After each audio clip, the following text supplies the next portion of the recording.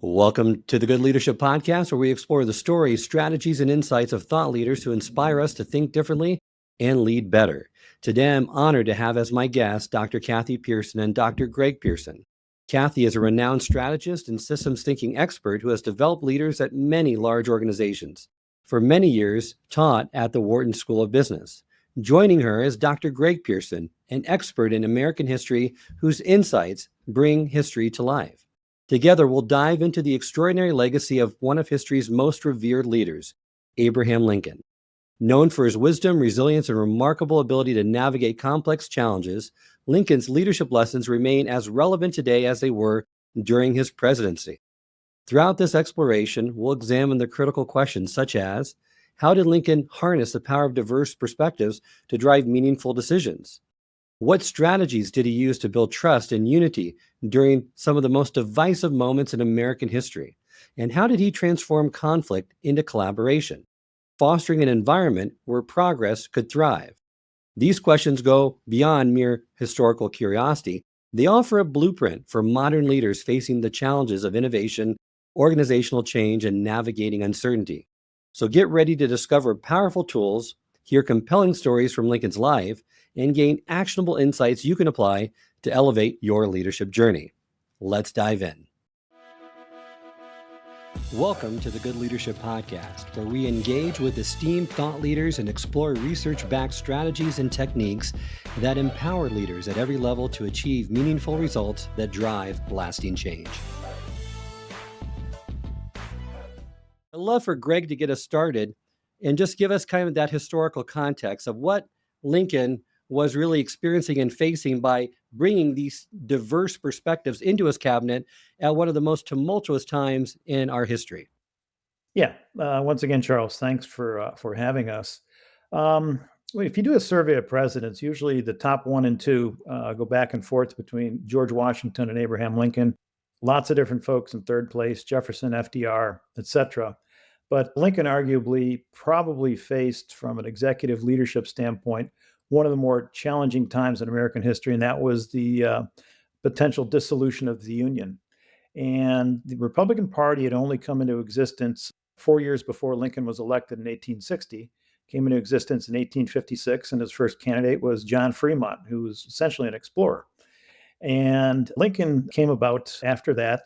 And his big stance on slavery was that he did not believe slavery should expand into newly acquired territories of the United States. And even before Lincoln was elected and sworn in, inaugurated, 7 states had already seceded from the Union, but the ones that had not from the Confederacy were Arkansas, Tennessee, North Carolina, and Virginia. And so Lincoln, his big crisis ahead of time was, how do I go ahead and keep the Union together during the course of my presidency? And that, I think, really was part of the impetus and the reason for him to go ahead and essentially assemble a team of rivals, his 7 principal cabinet officers. They were kind of all over the map on slavery. None of them were slave holders, to my knowledge, but they had varying views on slavery. Some were very ardent abolitionists. Some believed that slavery should be decided later on, but they had all sorts of views on slavery. But they also went ahead but they were also from different political parties.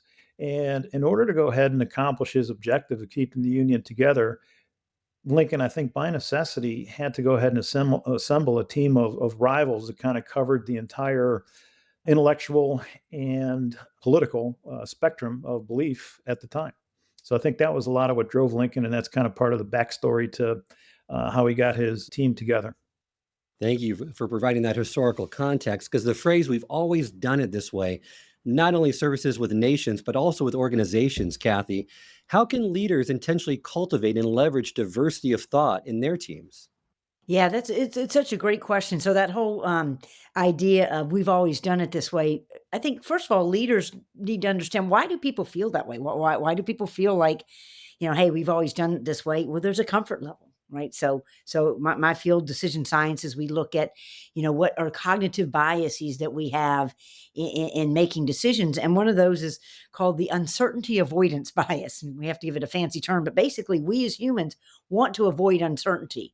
So if you're going to tell me I'm in an organization, Kathy, we want you to do something different. We want to have a different process. We want a different structure, different system.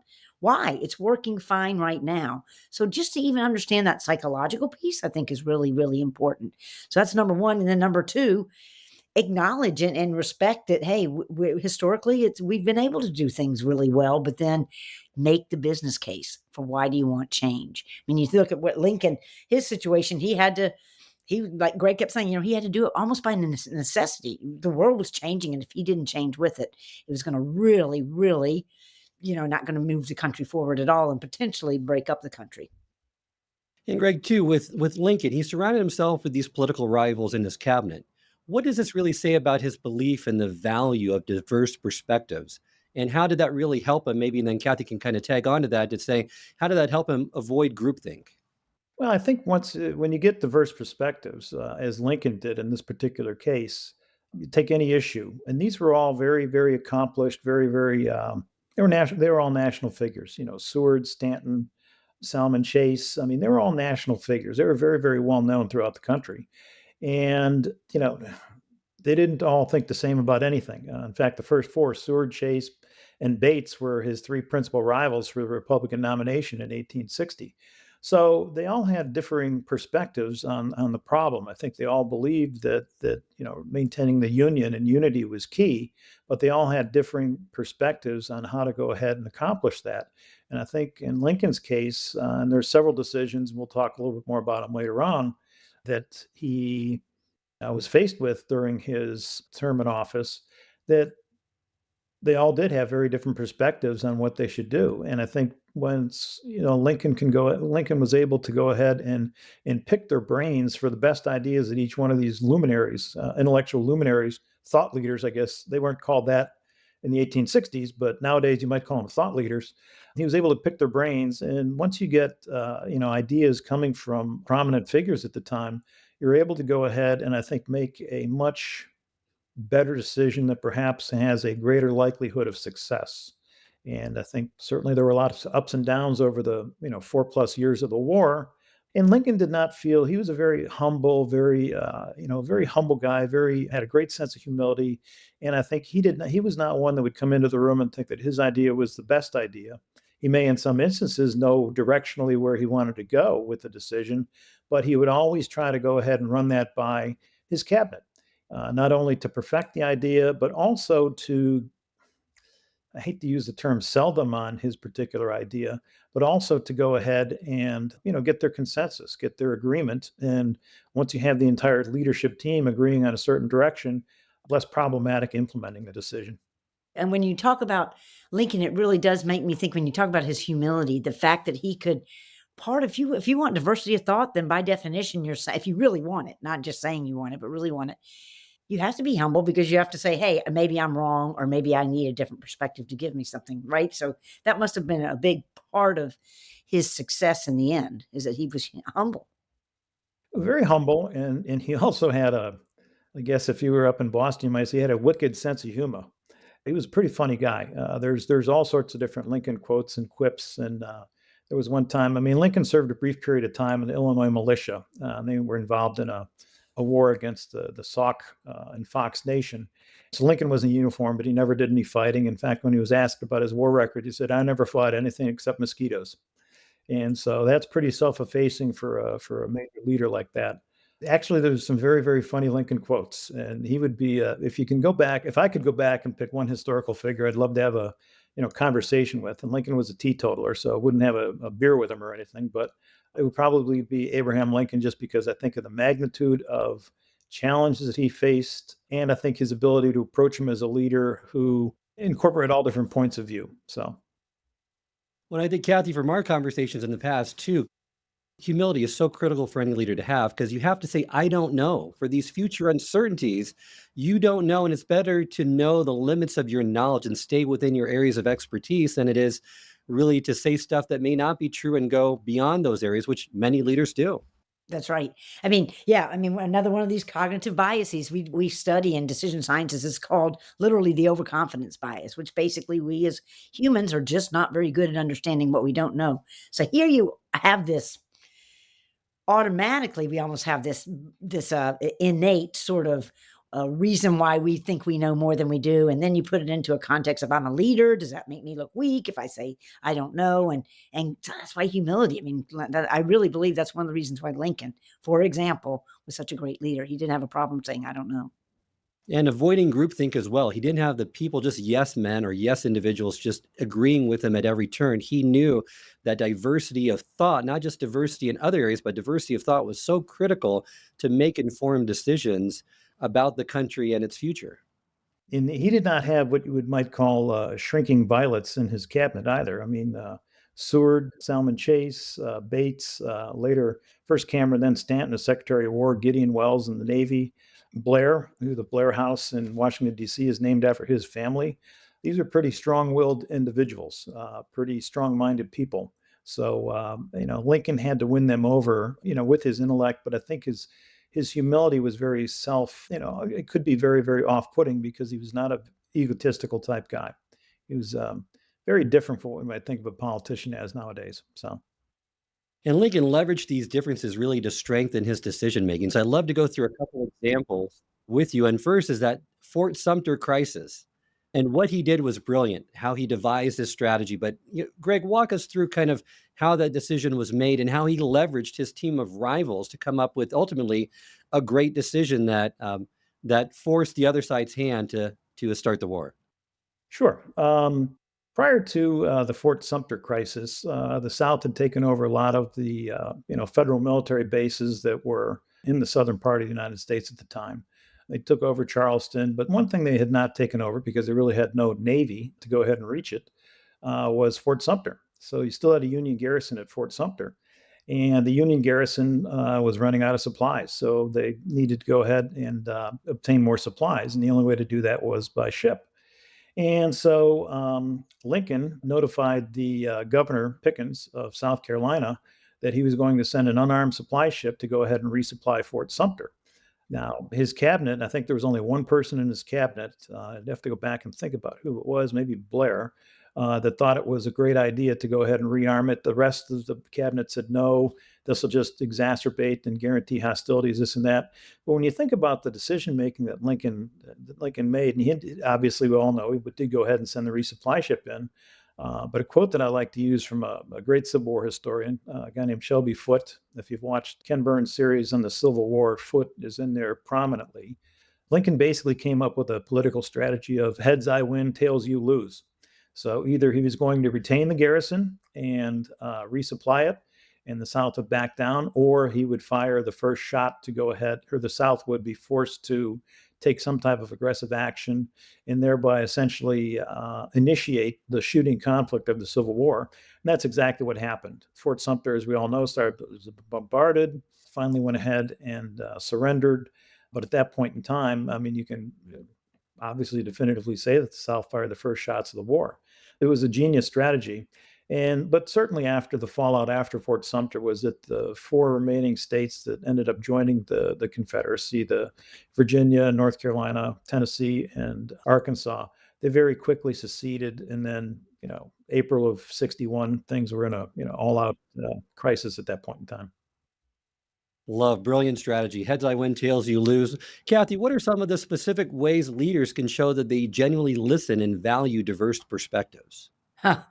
That's a great one. Well, first of all, start by actually listening.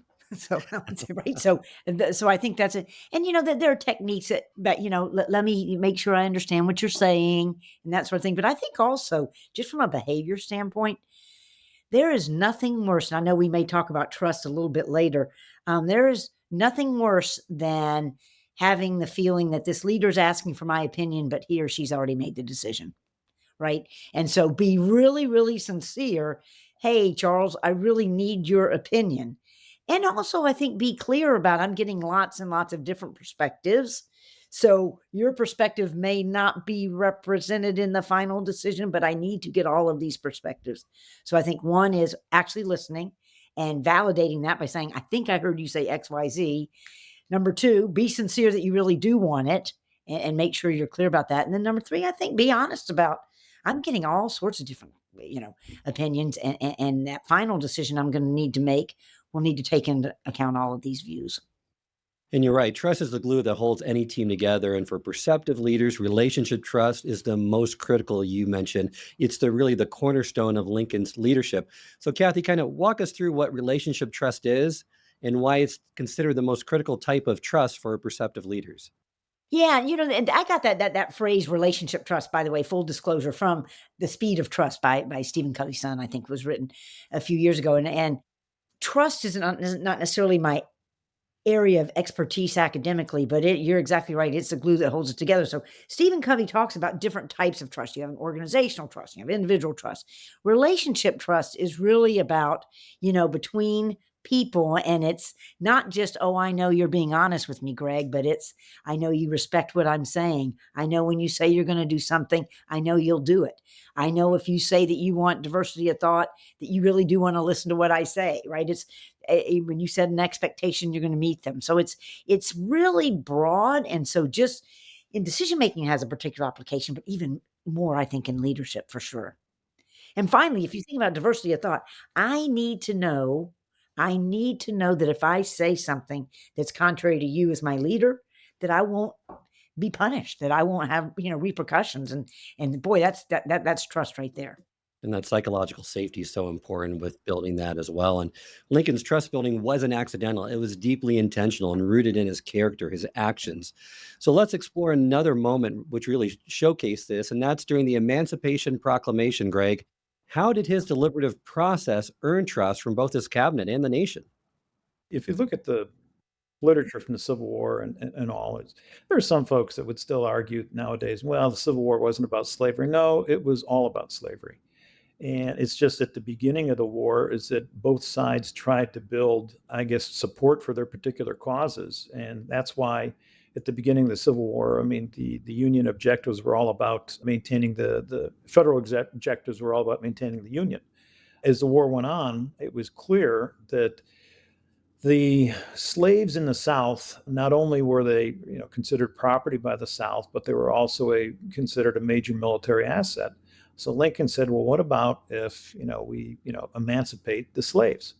And initially, he got a lot of pushback from all of his cabinet, except for one, might have been Stanton, that emancipation was not a good deal. It's going to sow discord in the South. France or England might get in for a variety of different reasons. Folks were against it. But finally, one of his advisors, one of his cabinet said, well, okay, emancipation is the right thing to do. And at this point in time, Lincoln had made up his mind, but he was still listening to everyone out of respect for their opinions. But right now, in June and July of 1862, is not the time to go ahead and issue the Emancipation Proclamation. We need a major military victory in the field to show that this is a valid war aim and change the direction of the war. So Lincoln held off, and finally in mid-September 1862, the Union had a victory at the Battle of Antietam. And shortly after the Battle of Antietam, Lincoln issued his preliminary Emancipation Proclamation. The official Emancipation Proclamation was issued on 1st of January 1863. But interestingly enough, it did not go ahead and cover what are referred to as the border states, which were Delaware, Maryland, Kentucky, and Missouri. These were slave states, but yet they had not seceded from the Union. But yet their political and economic importance to the Union were such that Lincoln excluded them from the Emancipation Proclamation. And the proclamation was really just to go ahead and free slaves that were in the states that were in rebellion against the United States. So essentially the 11 basic Confederate states. So, and these were his advisors that, his cabinet that went ahead and advised Lincoln to, instead of a broad brush emancipation, wait on the timing and go ahead and don't include the border states so that we can still go ahead and maintain their support throughout the course of the war. But at that point in time, even though the proclamation only applied to essentially 11 states or portions of those 11 states that were not under federal control, it directionally changed the federal war aims for the war. And directionally, you could see where this was going to end up playing out, assuming that the war concluded in the favor of the federal forces. And it's so important to note that all the cabinet supported in the end the final version of the Emancipation Proclamation because it they trusted Lincoln's deliberative decision-making process, which was brilliant not to cause any more insurrection or issues with those border states. And he not only inspired trust in his cabinet, but also former political rivals. Because throughout this time, he had a litany of just ineffective commanders who did not share his vision. From McDowell to McClellan to Burnside to Hooker.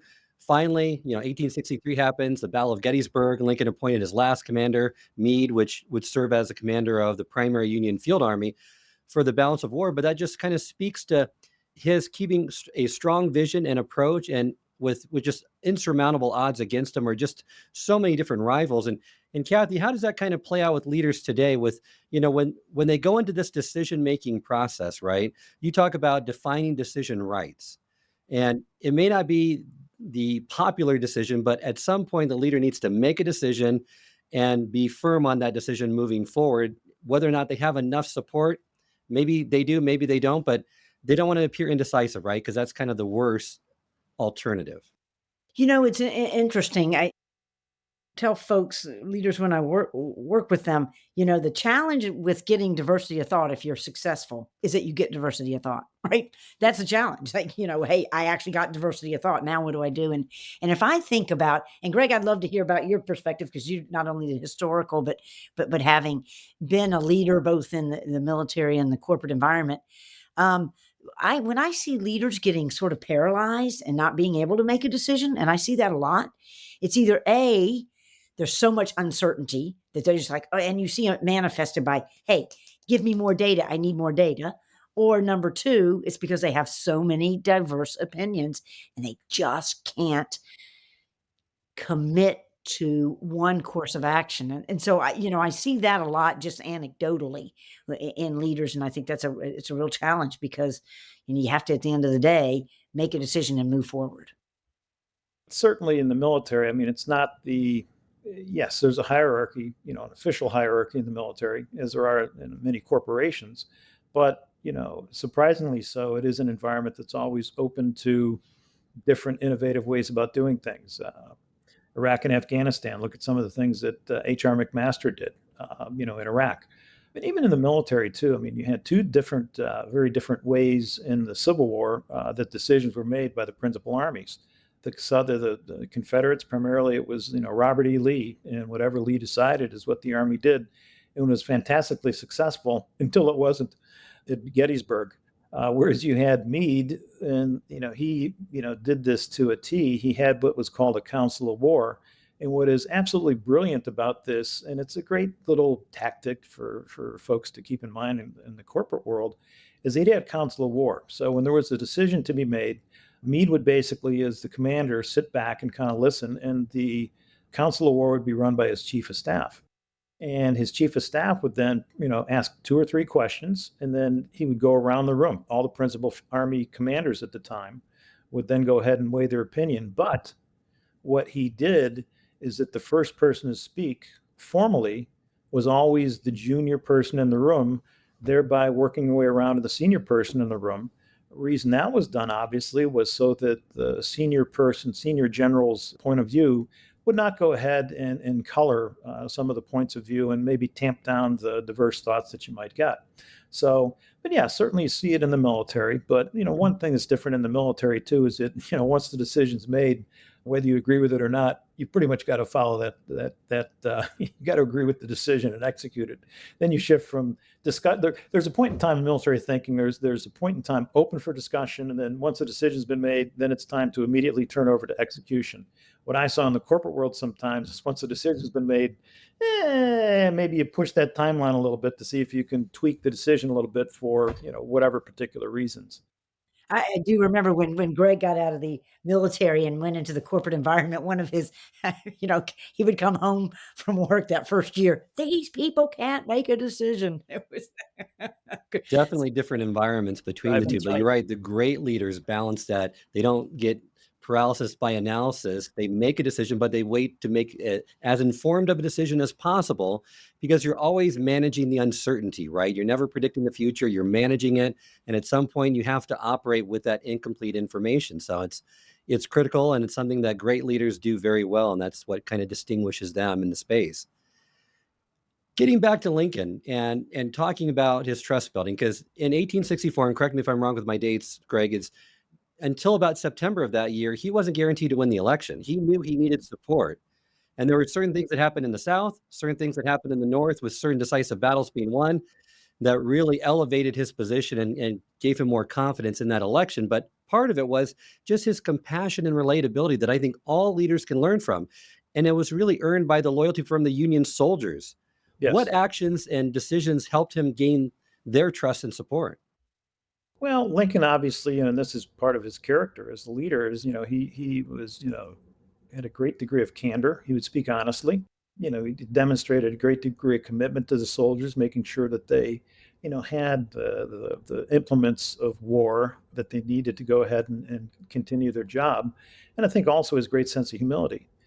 Lincoln was also not a stranger to, the front. While he spent a lot of his time sitting in the telegraph room in the War Department office, reading telegraphs that would be coming from the field, he was also seen, up front. He visited Gettysburg, obviously in November of 1863. He would visit soldiers, in the hospitals. Washington was a huge garrison at the time, so he would circulate amongst there and just, kind of chat it up with the soldiers. So he was a very visible leader, which I think is key. But I think the one principle that was taken away, and essentially in 1864, there were, three battles, tail end of that time that really went ahead and created a groundswell of support for Lincoln, because his principal opposition was George McClellan and the Copperhead Democrats, and they basically wanted to make peace first with the South, and then they would discuss the issue of slavery. Lincoln said, no peace until we have unconditional surrender, and eradication of slavery was going to be part of the reestablishment of the Union. And the three principal victories were the closure of Mobile Bay to Confederate shipping traffic, the surrender of Atlanta, and then essentially the destruction of the Confederate armies in the Shenandoah Valley. And at that point in time, I think the Union soldiers could go ahead and kind of taste and smell victory at this point in time. And they said, we want to go ahead and continue this out to its conclusion so that we don't have to deal with this down the road. And as a result, in the election of 1864, Lincoln won almost 80% of the vote of soldiers, which I guess nowadays, politics, you dice them up nowadays. So that would be a pretty decisive margin in one of these little groups that our politicians look at nowadays. So I think a lot of it was just his vision and his willingness to go ahead and the South started it. We're going to go ahead and finish it. And, the determination to go ahead and win a military victory in the field rather than a negotiated political settlement, because then you would have been arguing about it for perhaps decades, potentially decades after the Civil War was over. What really amazes me about Lincoln is his ability to stay focused and resilient during adversity, which has really shaped his legacy as a leader. Any insight, Greg, into how he did that? Because if I had a conversation with him, that's what I would want to know. And Lincoln was a wartime leader, obviously, and his greatest legacy is keeping the Union together during the Civil War. But there were, as part of I think Lincoln's determination, his destiny, his grand vision, if you will. I mean, there were three other major pieces of legislation that passed. The first was the Transcontinental Railroad. That legislation was passed during the Lincoln's administration. The second was the Homestead Act, to go ahead and essentially give away free land in the Western United States to populate, and the provision for land grant universities, where federal land would be given to states to go ahead and create universities. So you look at some of the great universities that we have nowadays, Ohio State, Michigan, Oklahoma, these great land grant universities. So Transcontinental Railroad, Homestead Act, the land grant universities. These are also Lincoln's legacy too, and obviously cornerstones of who we are as a nation right now. But I really think, Lincoln's getting back to his destiny and his determination. He kind of sums it up best in the last line of the Gettysburg Address, delivered in November to dedicate the Gettysburg National Cemetery. And this was really his compelling driving force that helped him stay focused and resilient. Is that the last line is that this nation shall survive, government of the people, for the people, by the people, shall not perish from this earth. And I think that was really what he saw as his destiny as a leader and his mission. And quite frankly, I think that's the thought that it really nurtured his actions during the course of the conflict. Lincoln has a lot of great leadership lessons that modern leaders can take away. We kind of focused on diversity of thought, trust today. Any tools or tips or techniques that you can provide leaders today to help them in those areas that we saw through Lincoln's example? So if you think about diversity of thought, as I mentioned, first thing, and Lincoln is a great example. I'm going to put people on this team that I know disagree with me. I mean, that takes a lot of courage, doesn't it? I mean, really and truly. And I think, and there's all sorts of techniques that in modern day techniques that talk about, okay, not only let the junior person first, but if you go into a meeting and you suss out, that, hey, Greg over there does disagree with me, let him speak first, let the minority view come first. I think there's all the way to Ed DeBono's, 6 thinking hats, like explicitly assign roles to people. But I think most important for leaders is to really sincerely model the behavior that you want to have other people, right, exhibit. And trust is a funny thing. Greg and I have our kids now are in their 30s, but I remember when they were teenagers, and Greg and I would tell them, it takes a long time to build trust. It takes one Friday night party when we're out of town, and you're right at the bottom again, right? And it's that same thing in the workforce. I'll trust my leader until he or she does something that, hey, that feels like nip me in the kneecaps there. I'm not going to trust you, right? So I really think it's so important to model the behavior. Absolutely. Well, thank you both for joining me on this episode. What is the first thing leaders can do? And I'll just turn it over to Greg first to really kind of lead more like Lincoln. And with Kathy, it would be more around the diversity of thought and trust. But Greg first. Well, I think you have to have a grand vision of some sort that you want to accomplish, and you have to stick to that, and you have to make sure that everyone in the organization understands what that grand vision is. Purpose, okay? What is a purpose? Why are we here? Why is it important to go ahead and get out this, new product? Why is it important to, make sure that we roll out this new service? Something along those lines. So you have to have, make sure that there is a purpose and that everyone in the organization understands that purpose. And I think that's the first step towards building trust and trying to ensure that you have unity of action, if you will, to get the entire organization moving that direction. It all starts with purpose and why are we here? I mean, you can get mired down in so many strategic plans and operational plans and weekly meetings, and folks can get so mired down in the day-to-day details, but there has to be one animating purpose for why we're here, why we're doing something, regardless of the organization, whether it's military, whether it's an NGO, whether it's a for-profit or not-for-profit organization, whatever it might be. Why are we here? What are we doing? Why is this important? And then once you get to that, then you start to establish buy-in and trust with your subordinates, with your group, with your other leaders. And I think that helps move the organization forward. And certainly Lincoln's devotion to maintaining the Union was his overall purpose during the 4+ short years as president. Thank you. Kathy, how about your call to action for leaders based on what we've discussed during this episode? Yeah. Number one, model the behavior that you want. And number two, I completely agree with Greg.